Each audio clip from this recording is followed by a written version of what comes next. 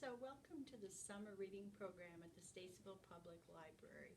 I am so glad you joined us today. So I just want to remind you to keep reading and keep track of your minutes because I'm going to ask you before the end of our program how many minutes you read.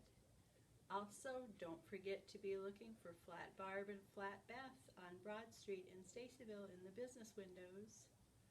And check Facebook out to see where's Librarian Barb each week. So today I thought I would read you a fairy tale. And this is from the Grimm's fairy tale, the brothers that wrote fairy tales a long time ago, before your great-grandpa was even born. And some of these fairy tales are kind of dark, so that's why I thought I'd read them in a dark forest. The fairy tale I want to read you today is called Rumpelstiltskin. There once was a miller whose only daughter was more beautiful than words can properly describe.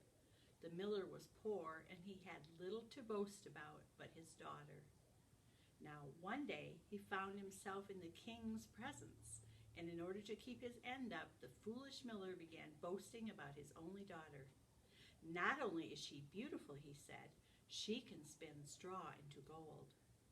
Indeed, said the king, and for the first time he looked at the miller with interest. Then she must come to the palace and prove herself. I will provide her with the straw, and she will have to give me the gold. The miller trembled with fear when he heard this, but he dared not refuse, for the king was known to have a very bad temper. The next morning he presented his daughter to the king, who took her to a small room in the palace tower. Here is your spinning wheel and your reel, the king said, and there is the straw which the old miller says you can spin into gold. If you fail to do this, you will lose your head. And then he left her, locking the door behind him. The poor girl sat looking at the straw, despair in her beautiful eyes. She couldn't spin straw into gold. Nobody could. So in the morning the king would come, take her away, and off with her head. At such a dreadful thought, hot tears ran down her pale cheeks, and she began to sob. All at once the door opened, and through it pranced a little man, no taller than her waist, and dressed all in green. What will you give me if I spin that straw into gold for you? Asked the mannequin, without even bothering to explain who he was. This little gold ring on my little finger, she replied. The little man nodded as if satisfied and sat himself down at the spinning wheel. By morning, all the straw was spun into gleaming gold. After his royal breakfast, the king climbed up to the turret room, not knowing what to expect. When he saw the heap of gold, he was speechless with delight. You have done well, the king told the girl, but I would like to test you yet again. And he had the girl take it into a larger room that could hold even more straw. Now, he said, spin all this straw into gold by morning. If you fail to do so, off with your head. And away he went. The poor girl felt more desperate than ever as she stared at the heap of straw, until all at once the door opened, and in came the tiny man. What will you give me if I spin that straw into gold for you? Asked the mannequin. And the miller's daughter replied, you can have my necklace with 4 pearls in it. The little man took the necklace, sat down at the spinning wheel, and began to spin. By morning, all the straw was spun into gleaming gold, and the girl smiled happily. She was still smiling when the king came to the room, and he too smiled in delight at the sight of so much gold. But the mound of glittering gold made him long for still more. I think he was greedy. So once again he said to the girl, you have done well, but I would like to give you one more test. If you pass, then I will make you my wife, and you will be queen of the land. And he led the miller's daughter into a room that was twice as big as the last, and filled almost to the ceiling with straw. Now, said the king, spin all this straw into gold by morning. If you fail, off with your head. If you succeed, you will be my queen. And then he left her, locking the door behind him. Immediately, when he was gone, the girl burst into loud sobs until all at once the door flew open and in came the little man. "What will you give me if I spin that straw into gold for you?" he asked. "I'm afraid I have nothing left," the girl answered sadly. "Nothing at all." "Then promise me to give me your first child if you are made queen," said the little man. And the miller's daughter thought, "Why, it might never happen. That's the kind of promise I can easily make." So she made it. Then the little man sat down at the wheel, and by morning all the straw was spun into gleaming gold. When the king came to the room and found it filled with gold, his pleasure knew no bounds, and he was the richest king in the world. "You have done well," he said. "I will marry you tomorrow, and you shall be queen of the land." So the poor miller's daughter became a king's wife, and very quickly grew accustomed to her new life, and she forgot all about her promise to the little man. A year passed, and to the king's delight, she presented him with a beautiful baby girl. Even then, she did not spare the little man a simple thought until one day the door of her royal chamber opened and the little man stood before her. "I have come to claim the child," said the little man. "Remember your promise." Horrified, the queen began to weep, and so desperately did she sob that the little man had pity on her. "I will take no treasure from you," he said. "I want only the child. But if you can find out my name within the next 3 days, I will release you from your promise. You can keep the child, and you will never see me again." All that day and all through the night, the queen tried to guess his name. Could it be James or William or Henry or Oscar? Perhaps it was a name like Casper or Jonah. But when the little man came on the first day and the queen told him all the names she had thought up, the tiny man said, "That is not my name." On the second day, the queen sent her servants far and wide to find uncommon names, names like Sheepshanks and Crookback and Lacelegs. But when the little man came and the queen repeated those names and many others, all he said was, "That is not my name." On the third day, the queen sent one of her servants into the next kingdom, said he must not return until he could bring her a list of new names. "Alas," said the servant that night, "I've not been able to find a single name that is new." At these words, the poor queen began to weep. "Then all is lost," and she broke into loud sobs. "There is only one thing, your majesty, that struck me as being odd." The queen raised her head. "Whatever it is, tell me." "Having crossed the valleys and followed the course of rivers, I turned my attention to the hills and the mountains. It was on top of one that I came upon a sight so strange I cannot forget it. There, hopping and prancing around a fire, was the smallest man I've ever seen. And what's more, as I watched him, this man started to sing." "Yes, yes, go on," urged the queen, her eyes suddenly alight. "What were the words?"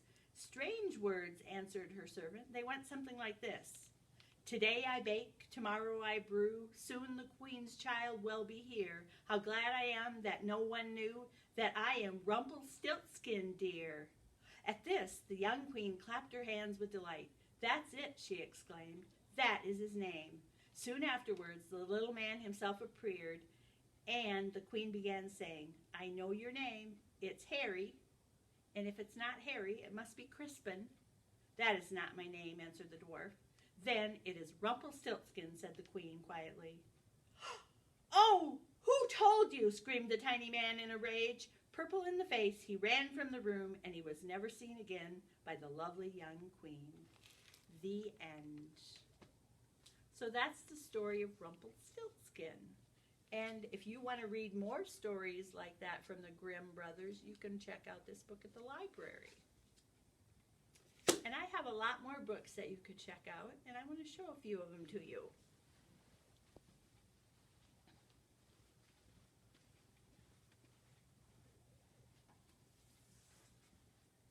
So some of these books are old stories too, and some are retold with new pictures.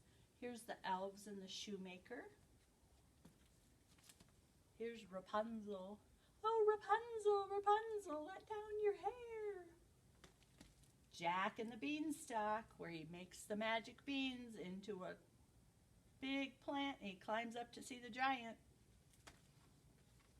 Here's the Aesop Fables. Here's 2 books with Hansel and Gretel in them. And all of these you can check out at our library. And I wanted to remind you, we also have all of the Battle of the Books for 3rd through 5th graders here. We also have the older kids' Battle of the Books too, but these are the ones for 3rd through 5th graders, so these would be the ones you would check out if you're participating.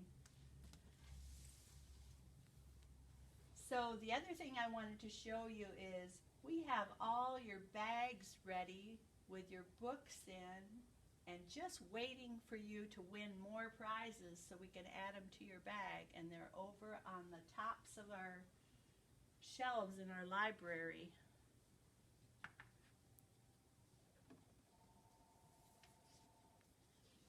So today I have a really simple craft I want to show you.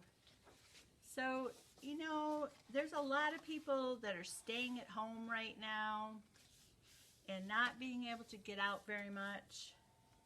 And so I thought maybe we could make some cards for them. So I have some paper here, and I'll send some in your bag so you have some of it too if you want to use this. It works pretty good to make a card. And I have these bookmarks, and I want to make this part of my card. It says, "One act of kindness won't change the world, but it may change one person's world."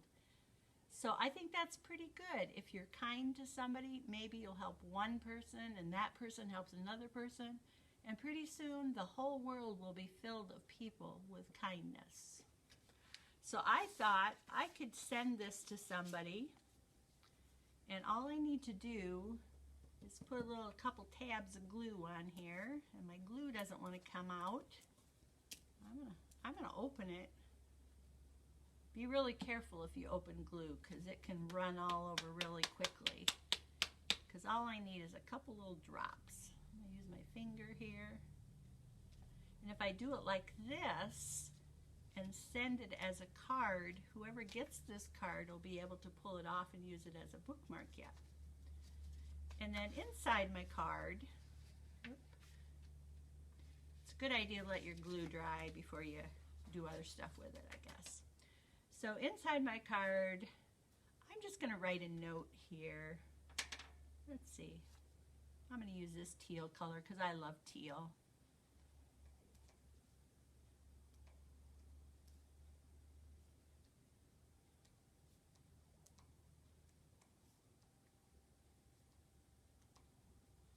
So I'm just going to put a little message in here. You could write whatever you wanted.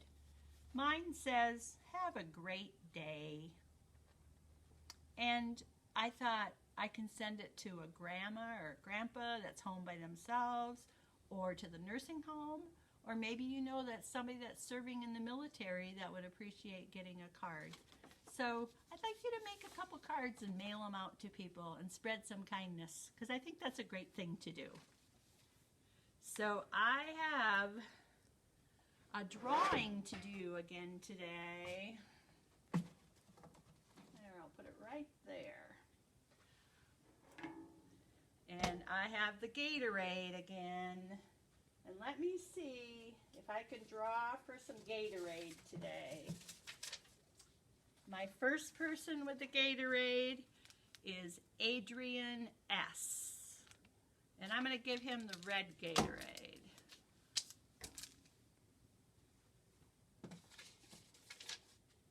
And the next person to get the Gatorade is Mason T. And I'm going to give him the blue Gatorade. And now I'm going to draw for some books. Hazel D, you win a book. And I'll put your prizes in your bag so when you pick up your bag, you can get your book.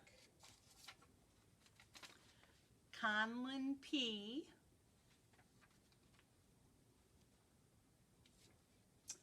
Royce J. You also win a book, and it'll be in your prize bag.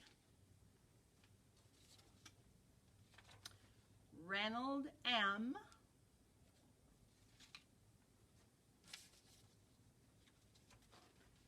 Aiden W. And let's do one more book. Clarence Z. So all of your books will be in your bag. And I'm going to do some mystery prizes.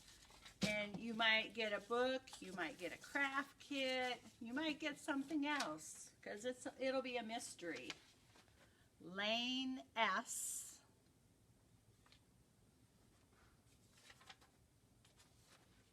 Sam P.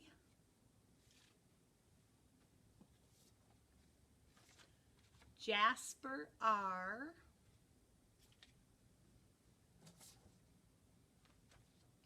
Barrett M.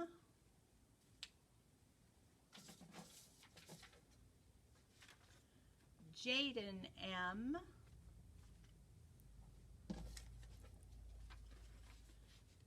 Derek S. Rylan H. And I've got one more. Hunter W. You all win mystery prizes. So thank you for joining me today for the summer reading program at the Stacyville Public Library. Remember to let me know how many minutes you've read. And we have some big prizes in store for you coming soon. Thank you. See you next time.